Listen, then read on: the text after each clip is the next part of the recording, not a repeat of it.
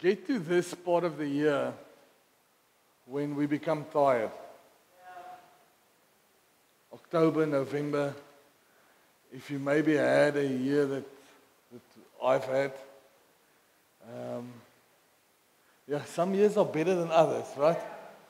So, while I was preparing, I experienced in my heart the Holy Spirit just speaking to me, and I always say I experience. I don't just want to say, "Thus says the Lord," but I experienced in my heart the Holy Spirit just speaking to me and asking me, "Go and tell my people to rest."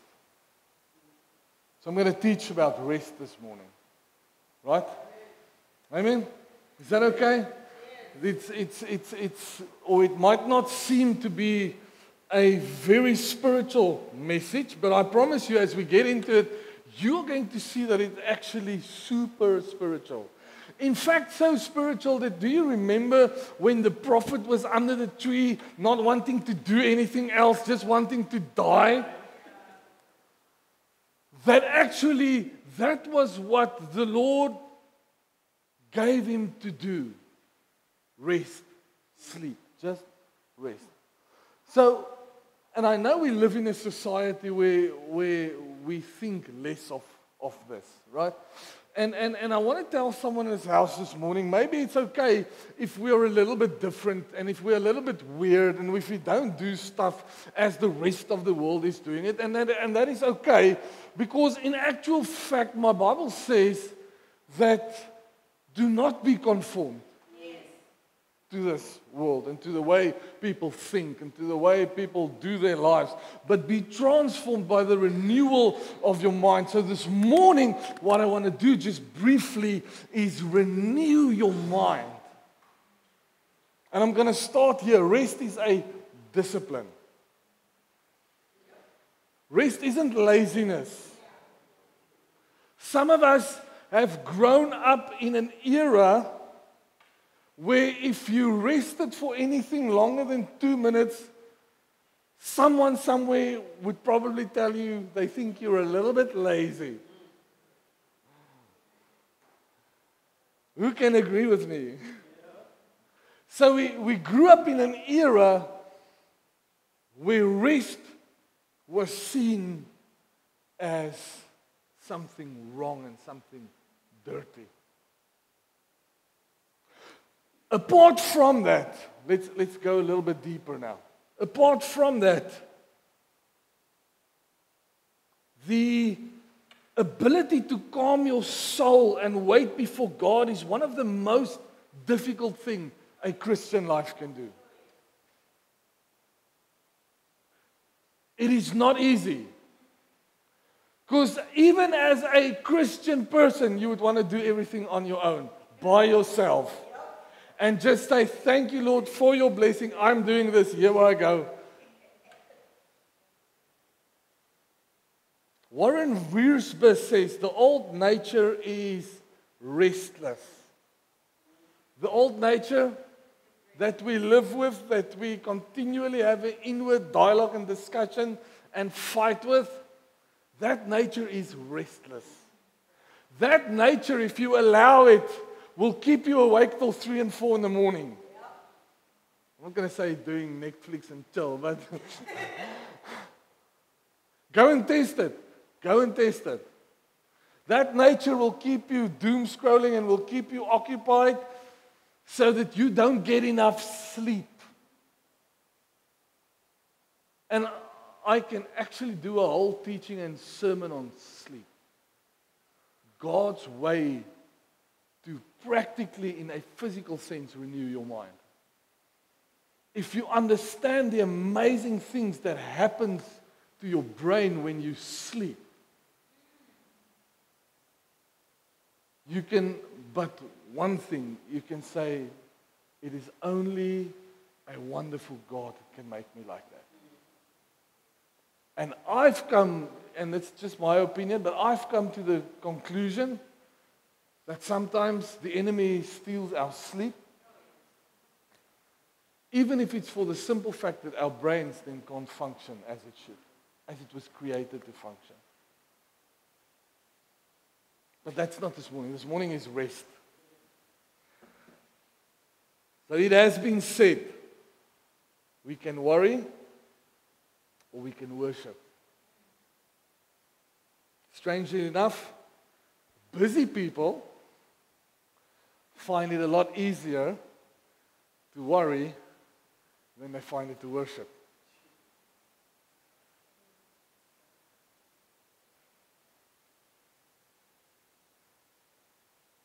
Now, let me clarify just briefly what worship is before I go anything further.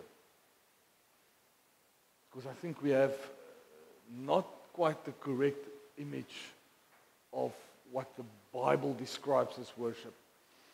Do you know that the Bible does not describe worship as singing?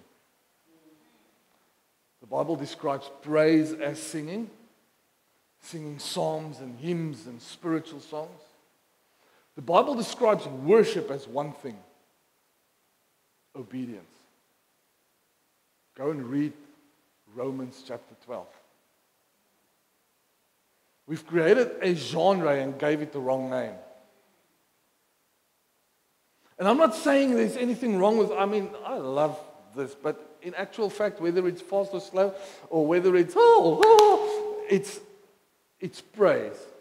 It's adoration. That's what it is. Praise and adoration. Worship is different. Romans 12 says that you should offer up your bodies as a sacrifice. That is your worship. Here's the thing: if you're busy and if you don't rest, you cannot worship. You cannot find the space or the time or the energy mentally or physically or emotionally to say, Lord, this body I give as a sacrifice to you. That is my worship. And in order for us to bring that back, as children of God, we have to find and enter into a discipline of rest. Rest is a word we hear often enough, don't we? Right? But do we really understand the importance of that in our lives? See, if we read the Gospels, the most amazing thing that I see when I read the Gospel, have you ever seen that Jesus was never hurried in any way, form, or sense? He was never on his way, and then Jesus, your friend Lazarus, he's severely ill, and then Jesus just dropped everything and ran to him. He was never in a hurry. Never in a hurry. He was busy on his way to one miracle when he experienced someone touching him and said, whoa, something happened. Power left me. What happened there? And he stopped the whole entourage. Like everything stopped. Imagine that. I struggle with that because I'm quite a focused type person. Like if someone would stop me middle of the road and say, listen, we're going to pause here, and I can imagine some of the disciples who's probably like that. It's like, come on, man. We got to, get to that house. You said you're going to be preaching there. Now you're stopping here and you're asking if someone touched you. There's a lot of people here. Man, don't you see everybody's touching you? What's wrong with you? But I can't say it because he's Jesus and I'm just... Hello, somebody. Never in any of the Gospels do I find our Jesus in a hurry.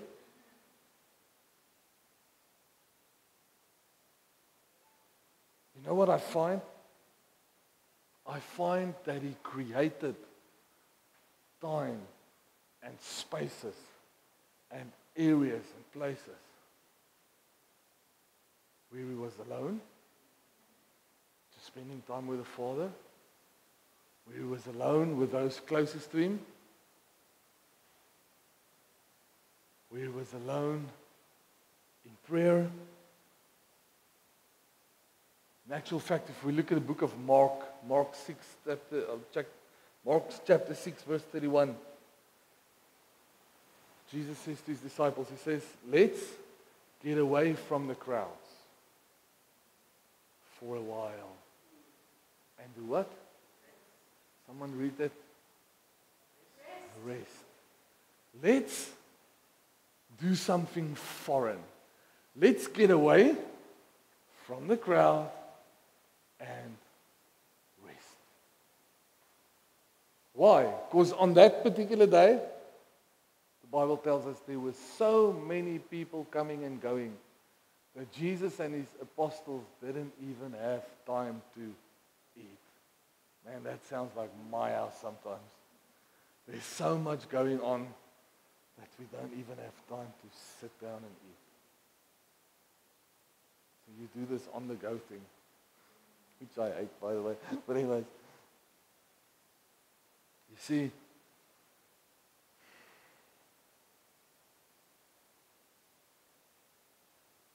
let me tell you a story. There were two people chopping wood. And the one brawly big guy with his axe went at it.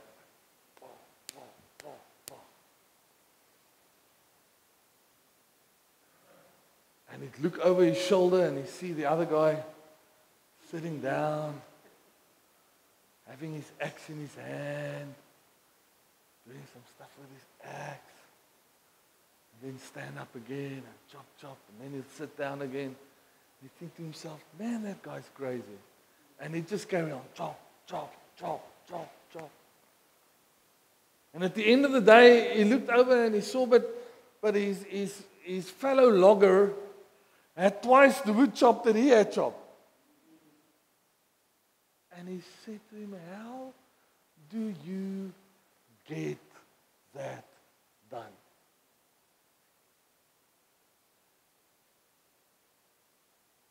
And his friend told him, it's easy.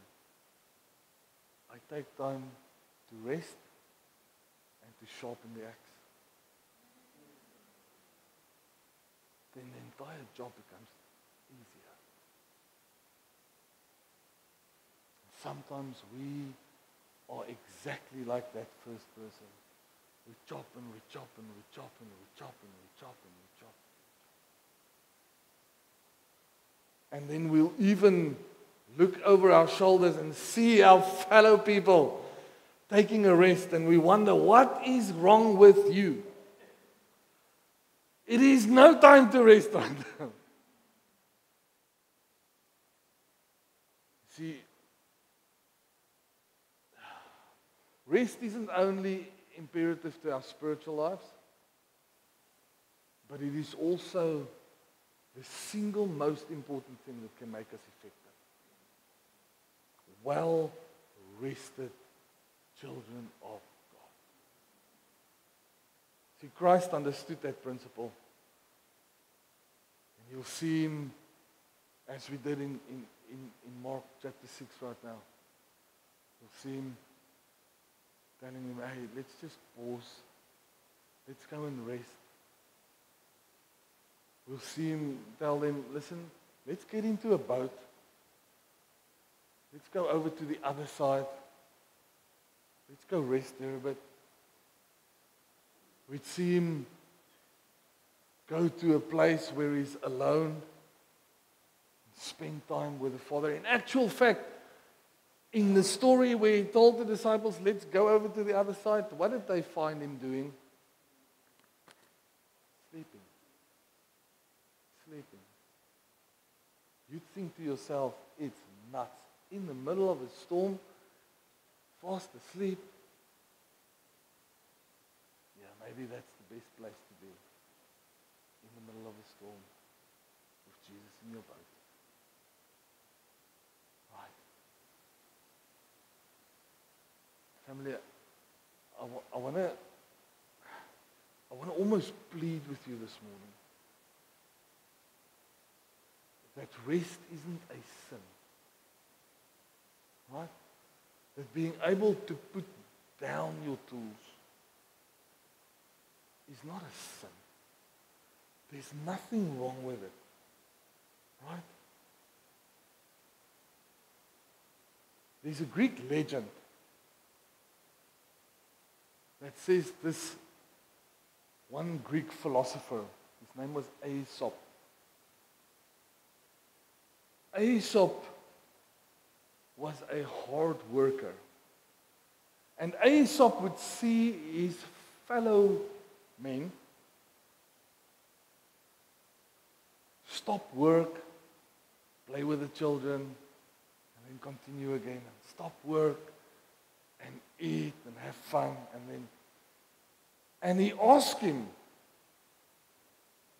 he said, what is it that makes you think that you can stop and start? Do you not know that we have this entire plan that we have to work on? And Aesop took a bow and he loosened the strings of the bow and he put it down. What happened? Where the bow was strung, it relaxed. And he said, you know what? If the bow is bent the whole time, eventually it will remain like that. And it will lose its ability to be used.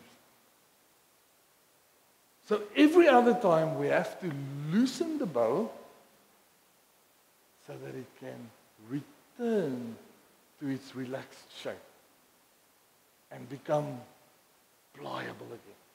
So that when we bend it again and we string it again, that it is as effective as it was in the beginning. If you keep a bow always bent, it will break eventually. I think there might be people in this room, people watching this, people listening like this, or to this, that you are actually so close to breaking, you don't even know it. Because you've been kept bent the whole time.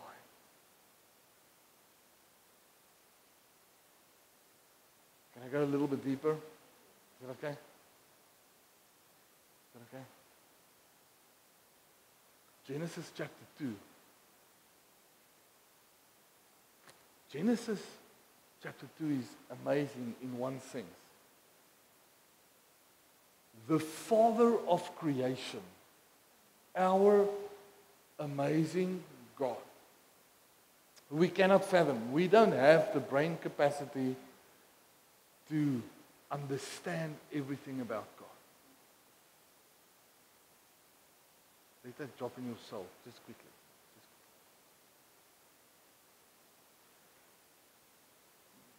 If I read chapter 2 of Genesis, it says that God created the heavens and the earth in 6 days.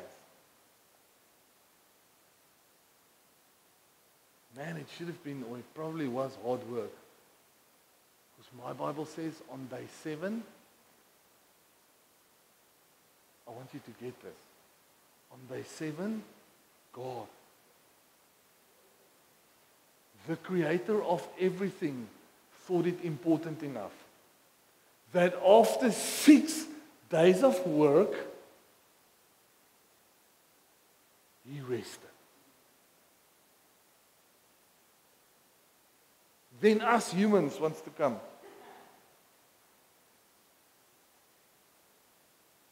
And I've got nothing against a hard day's work. Right? My kids know most days I'm up by about 5 o'clock. So it's not a competition. But I've got nothing against a full and a hard day's work.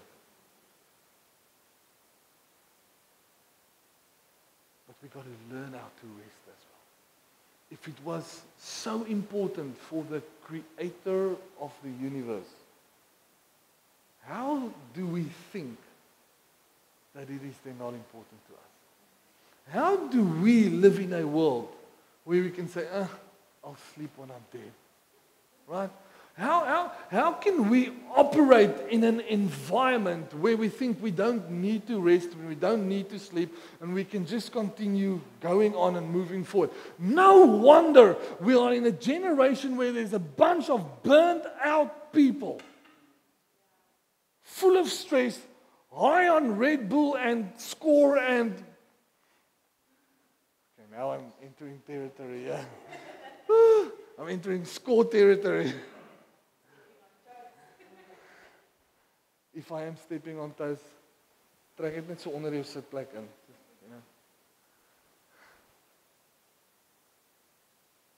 How can we want to live and operate in a world and think we don't need rest? In actual fact, I want us to swap it around. And I want us to think about rest in the following way. If we don't rest, we will not be effective the other 6 days.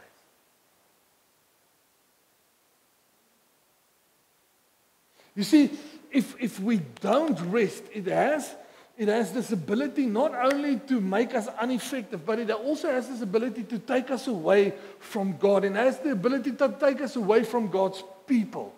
Right?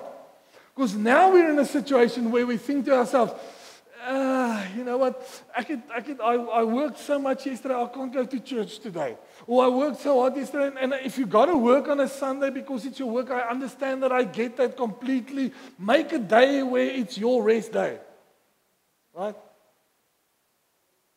Yes, create a 7th day. For example, Zoe rests on a Monday. She works like a beast on a Saturday.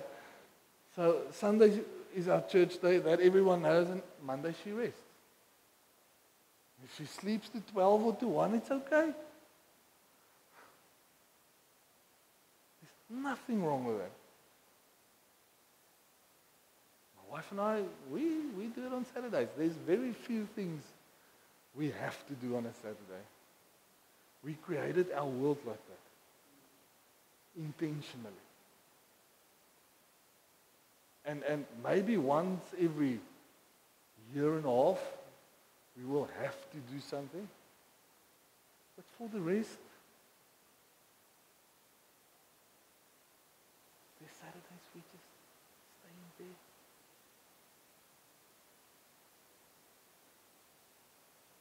And we enjoy it.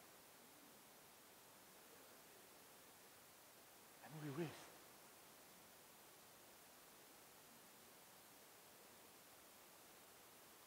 Hey family, if we want to be well-rounded, effective people, not even children of God, just people, it is time that we make rest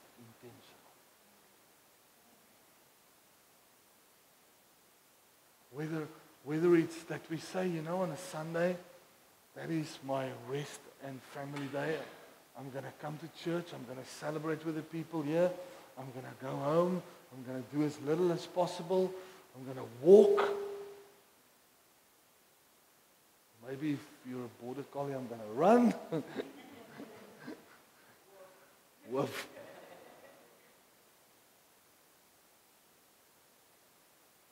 Because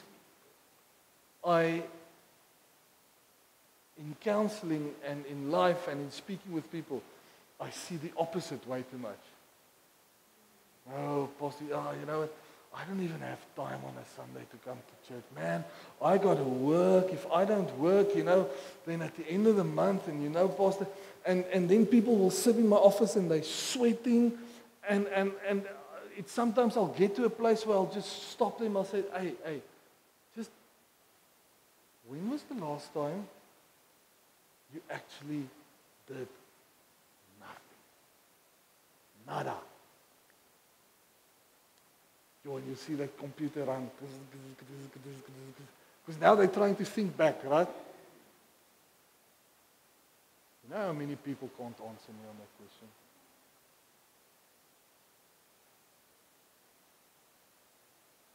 There's a reason why, even in the Old Testament, the Sabbath was important. So, what do? We take the principle of the Sabbath and we make it ours. For 6 days I will work. For 1 day I will rest. I will spend time with God's people, family. I will spend maybe a bit of extra time in His Word. I will find myself a hobby that will just take my attention off the normal day-to-day stuff. And I know as I'm saying it, there's some people sitting here that your spidey senses gaan nou so. Because you're thinking to yourself, it's not possible. A pastor, which I read up on, made an excellent observation. I'm going to read you this. Is this okay? Think of how successful Satan has been in hindering the worship of Christians in the 20th century, 21st century. Yeah? If we take it and make it relevant for today. We are workaholics. Now this was written in, I think, 1995 or something. We are workaholics, and in addition, we are worn out by the time demands of our day. It is no wonder, listen to this, that the quality of our worship has become so shoddy. We must have free time to worship.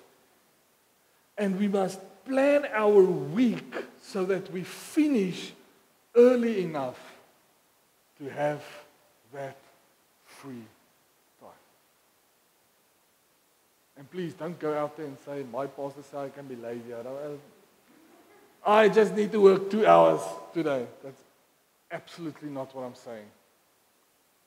What I'm saying is it takes time to be holy. Sometimes we can't be holy because we're not whole. It takes time to be a holy person. You know, it is intentional. And if we're not intentional about it, in every day of our lives, we live in a world where everything is supposed to be quickly and efficient. We eat fast food. We drive in a fast lane, some of us. Van die regterkant. So we come to church. Can we quickly make it about church, seeing that it's Sunday? So we come to church and we want to worship in a pre-digested, pre-planned, and a quick, served-up way, right? Right, so we do this, which I call, we sing a liedjie, we sing a song, we gee 'n tikkie, we do our money thing, and we preek 'n bietjie, right? And then we feel happy, and we feel we can, but there's no actual investment in becoming holy. Because we have succumbed to a world where everything is microwavable. God is not in microwaving. God is in marinating. So my prayer is, you know what? May the Lord just save us from all of those time eaters that takes away our worship. That takes away our ability to say, this body is my sacrifice that I offer to Him.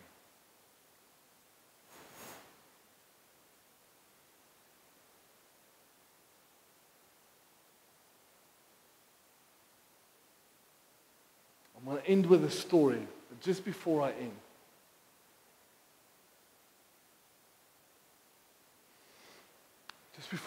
let me confess. Sometimes I hate it as well.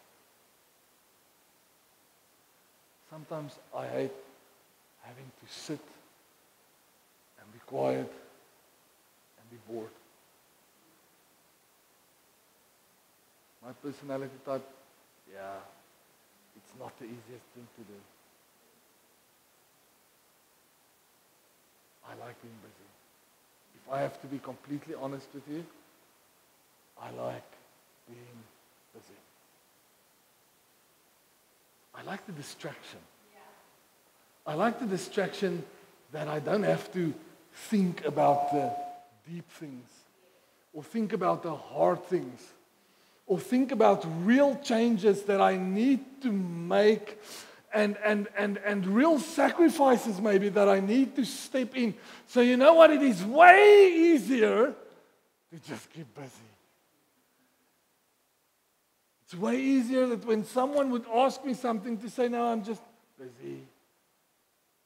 That's the answer of the day. How are you? I'm so busy. So busy. I've made it a point that when someone asks me, how are you? I won't say I'm busy. And I fail every day.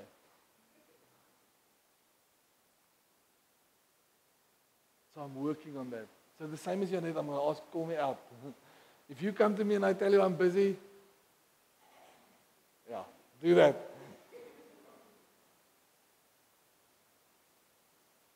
See, in the Old Testament, the Sabbath was observed not by choice but by force.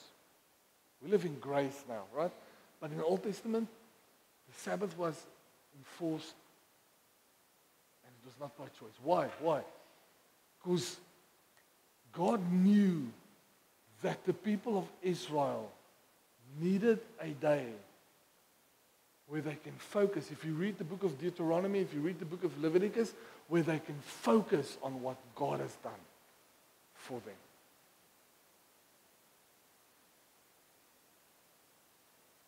Where they can focus and say, you know what? I can remember. So this morning, let me ask you, can you remember? You remember, when was the last time you sat and just rested and thought about everything God has done for you?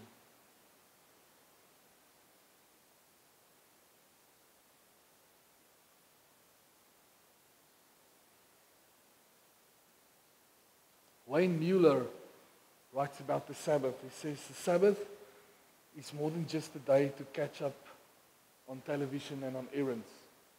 Rather, it is time when we take our hand from the plow and let God and the earth care for things.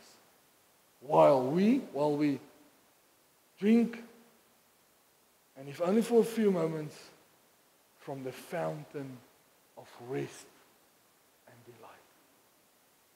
While we drink from that fountain.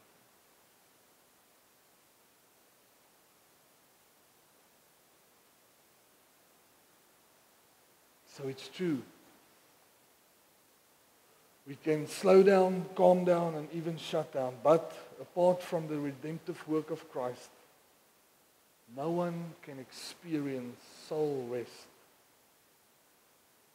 That rest we receive when we are finally able to lay down our very lives, along with the stress, the worry, and the fear, and the terror, and the misery, and the pain, without Jesus.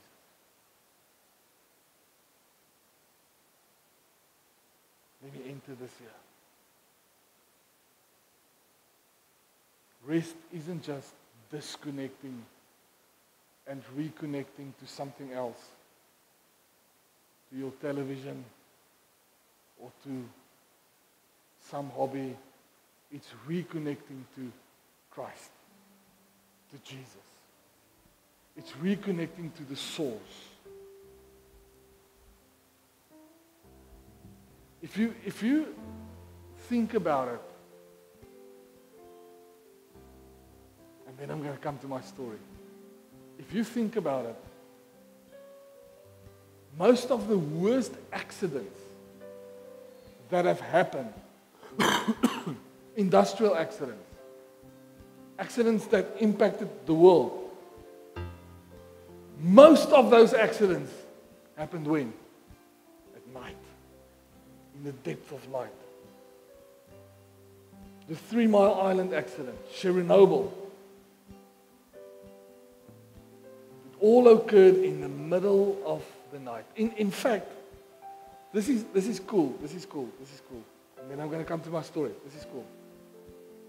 In fact, the Chinese pictograph for busyness is 2 pictures. It's the picture of a heart and it's the picture of death. The death of your heart. Even the Chinese knew that. How much more should we as Christians, as children of God, not know this? There was a dog. This is my story. There was a dog. A little doggy dog. And he didn't care much for running. Except for this. His owner accidentally got his leash caught in the car door. Started the car and drove off. So little Toby, that's the dog, little Toby now had to run. The story says the car got to a top speed of around 50 kilometers an hour. Before Metro Police saw what was happening, got in front of the car and stopped the car. And Toby's okay. Toby just don't run anymore, but Toby. But for that brief moment, little Toby had to pick up his legs, put down his legs, pick up his legs, put down his legs, pick up his legs, put down his legs. And he rolled a couple of times. It was not a fun experience. Why do I tell you about Toby? Sometimes that's exactly how our lives are. We get caught up, leashed. Someone closes that door on us and puts pedal to the metal. And we become like that little doggy. We gotta lift up, put down, lift up and put down. We run and we run and we run. And we are praying maybe and saying, man, can someone not just stop this car? Man, can someone not just intervene? Can someone not just see that I am hooked up to this thing and it's pulling me? And if we allow it, that is exactly what this world does.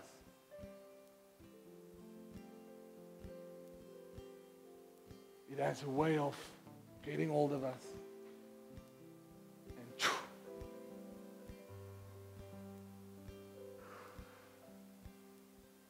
this morning I'm here to tell you, it can stop. It doesn't have to be that way.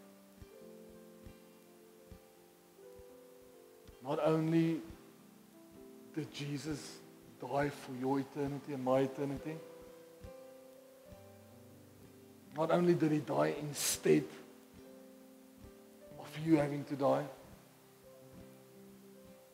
but my Bible says, and I used this verse a couple of weeks back. I'm going to add another one to it. My Bible says he came so that we might have life, and life in abundance. And that life includes rest. That life includes that you are at a place where you can stop and see that the Lord is good. That you can see that the plans He has for you are good and not of evil. Because as long as you being strung along and pulled by that leash, chances that you will experience the goodness and grace that is there, but the chances that you will experience that is slim to zero. Because you're being pulled along.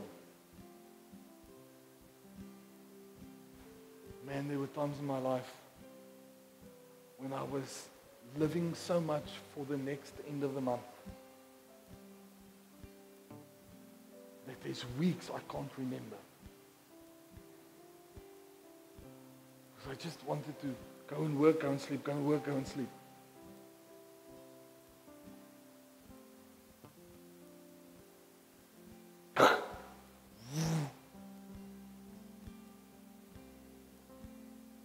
God's name was the cares of this world.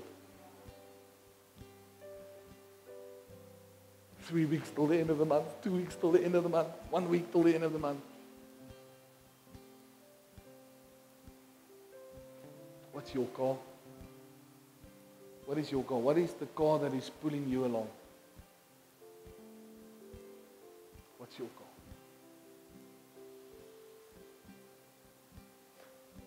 I want to trust Jesus with you. That whatever that vehicle is, it will stop. And that you will enter a place of rest.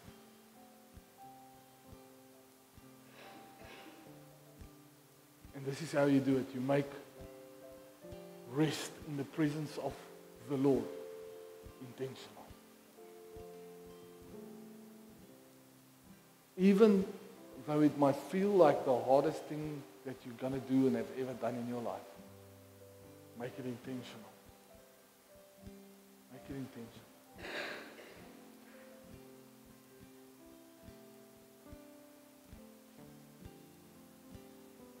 Let me leave this verse with you. It comes from the book of Psalms.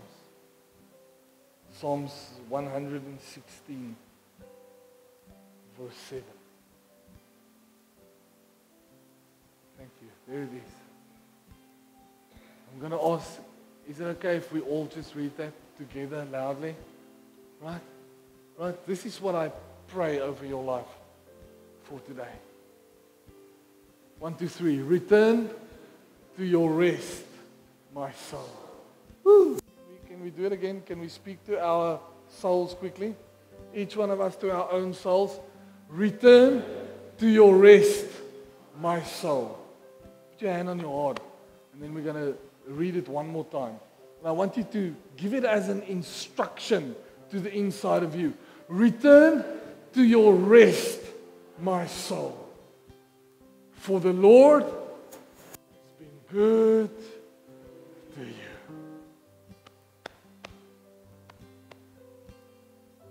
Forget everything that I've said today. But take this verse, go and write it down, stick it up on your fridge, or I don't know, your badkamer kassie, when you brush your teeth or what. And then every day this coming week, put your hand on your heart and speak to yourself like David did here. And tell yourself, hey, Uniku, hey, return to your rest. Hey, this soul, no. Return to your rest.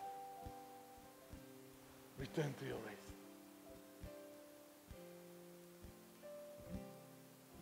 The ESV version of the Bible says it as follows. Just listen to this. For the Lord has dealt bountifully with you. Isn't that beautiful? Put your hand on your heart. You can say, hey, I will be at rest. For I know that the Lord has dealt bountifully to me.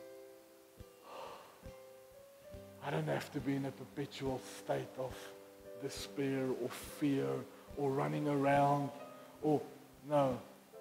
The Lord has dealt bountifully to this guy. Father, Heavenly Father, amazing Father, thank you that inside of us, you give us the ability of discipline. And my prayer this morning is that one of those disciplines, Lord, will be the discipline to rest. The discipline to breathe out, to take time and spend it with you, with your people, with our families, those we love, and that we will enjoy this life which you've given us. While your eyes are just closed,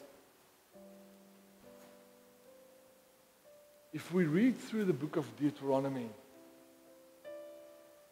we read that, and we misunderstand this. So I want to leave this picture in your mind. We read through the book of Deuteronomy and we see that part of the Sabbath and part of rest was that the people of Israel took their food, took their drink, came together and celebrated God's goodness. What a beautiful, practical way to do this. So let me call out this morning that we will do that. As this house, as people of this house, we will do that. We will start to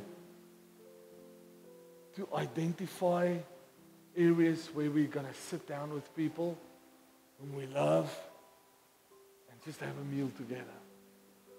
We're going to sit down. We're just going to talk about Jesus and life and stuff and just rest. And just rest. And just rest. I pray, Lord, that when that busyness spirit wants to come in, that we will be intentional